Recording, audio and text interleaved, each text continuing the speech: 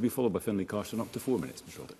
Thank you, Presiding Officer. And I do want to start by thanking Jamie Halker-Johnson for allowing us to debate the many issues that I and he have fought most hard on over this session on its final day. I have been really lucky with my regional colleagues, Rhoda, Edward, Ariane and Tim in particular.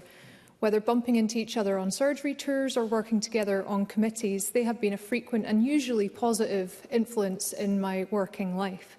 Jamie and I, while interacting less often, have also never clashed out with this chamber, and I think that's the kind of collegiate working that we should be promoting across parties. In my first speech in this place, I spoke about the mental health crisis in our region. When I made that speech, only 137 days had passed since my mother died of COVID. 44 months had passed since I was homeless.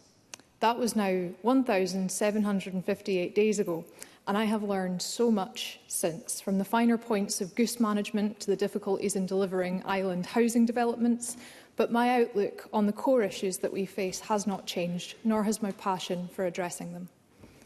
That day, I told Parliament that I would spend the next 5 years doing everything in my power to improve the lives of others who make the Highlands and Islands their home.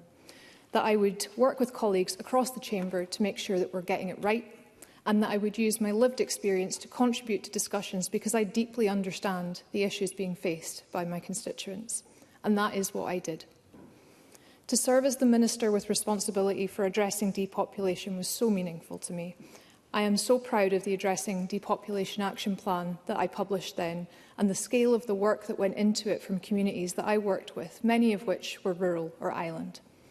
I worked with the Transport Secretary to ensure that young islanders benefit from our free bus travel scheme, now extended to inter-island ferries. From this week, my constituents are benefiting from a £2 fare cap for single bus journeys. And I'm delighted that the trains that I travel on here every week are due for an upgrade next year. And now that we have a set timescale for the Nairn bypass, I look forward to seeing spades in the ground on that very soon. I'll never forget amending what is now the Housing Act, allowing us to collect data that will allow future parliaments to make better decisions, better policy, better law. When I look back at all of that and look forward to the work that remains, I'm proud of what's been achieved, but I have a deep feeling of unfinished business. I, the SNP, this Parliament, has more to do to ensure the sustainability of rural and island areas and the whole of the Highlands and Islands region, ensuring that locals can access high-quality public services. On that day in June 2021, I also spoke about how, no matter which direction I'm travelling for, I look out for the Keswick Bridge lights in the distance and know that I'm nearly home.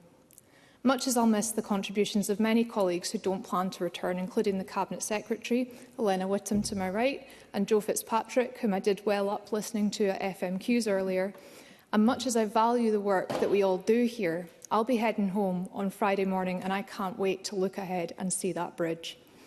I will spend the next 6 weeks there working hard to come back here and represent this incredible constituency, but I hope that anyone who does so takes these issues just as seriously, because I know that society is best and this Parliament is best when protected characteristics and geography do not limit your ambition.